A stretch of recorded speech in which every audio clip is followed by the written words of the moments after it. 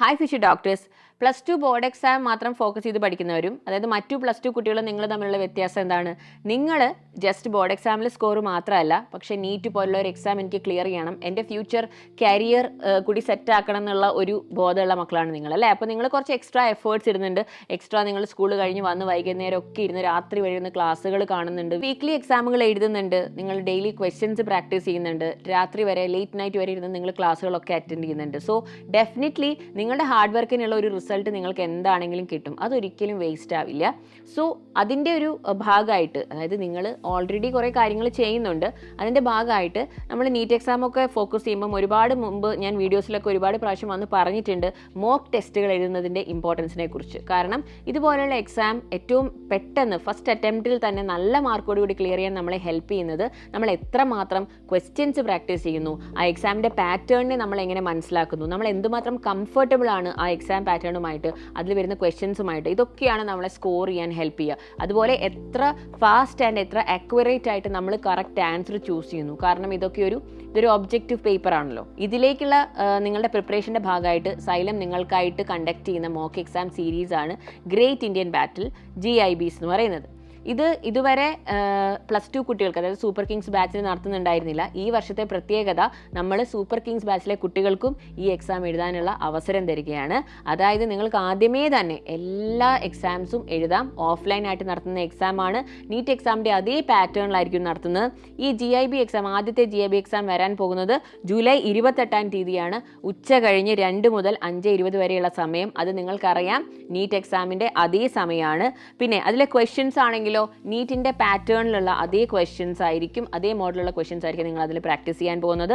Already നിങ്ങൾ ക്ലാസ്സിലും weekly ടെസ്റ്റിലും ഒക്കെ എഴുതിയ അതേ പാറ്റേണിലുള്ള ക്വസ്റ്റ്യൻസ് തന്നെയായിരിക്കും വരിക, പക്ഷേ പ്രോപ്പർ ഒരു നീറ്റ് എക്സാം ഹാളിൽ നിങ്ങൾ ഇരുന്ന് എഴുതുന്ന രീതിയിൽ. അപ്പോൾ നിങ്ങൾ വിചാരിക്കും, മിസ് ഇതൊക്കെ ഇപ്പോഴേ ചെയ്യണോ? കാരണം നീറ്റ് എക്സാം ഒക്കെ ഇനി അടുത്ത വർഷം മെയിലല്ലേ, അതിനു മുമ്പ് എനിക്ക് ബോർഡ് എക്സാം ഉണ്ട്, എത്രയോ കാര്യങ്ങളുണ്ട്, എന്നിട്ട് എഴുതി തുടങ്ങിയാൽ പോരെ? ഫുൾ സിലബസ് മോക്ക് ടെസ്റ്റ് എഴുതി തുടങ്ങിയാൽ പോരാ.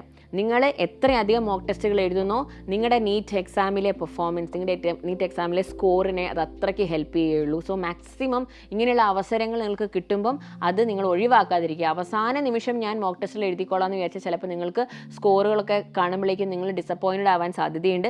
സോ ഇപ്പോഴേ പ്രാക്ടീസ് ചെയ്ത് പോവുക and make it A habit. As many mock test as you can, you must attempt. അപ്പം ഇനി ഞാൻ പറയാൻ പോകുന്നത് ഈ എക്സാമിൻ്റെ സിലബസ് ആണ്. അപ്പോൾ നിങ്ങൾ വിചാരിക്കും, ഞാൻ ഇതുവരെ പഠിച്ച ഒന്നും ശരിയായിട്ടില്ല, അല്ലെങ്കിൽ ഞങ്ങളിപ്പോൾ സ്കൂളിൽ ഒന്നാണ് പഠിച്ചുകൊണ്ടിരിക്കുന്നത്, വേറെ ഒന്നാണ് സൂപ്പർ കിങ്സ് ക്ലാസ്സിൽ പഠിച്ചുകൊണ്ടിരിക്കുന്നത്. അതൊന്നും മാറ്റർ ചെയ്യുന്ന കാര്യമല്ല. നിങ്ങൾ പഠിച്ച ചാപ്റ്റേഴ്സിൽ നിന്ന് മാത്രമേ ക്വസ്റ്റ്യൻസ് വരുള്ളൂ. സിലബസ് ഇതാണ് പറയുന്നത്. ഫിസിക്സിൽ നിങ്ങൾക്കുള്ളത് electric charges and fields and electrostatic potential and capacitance 2 chapters.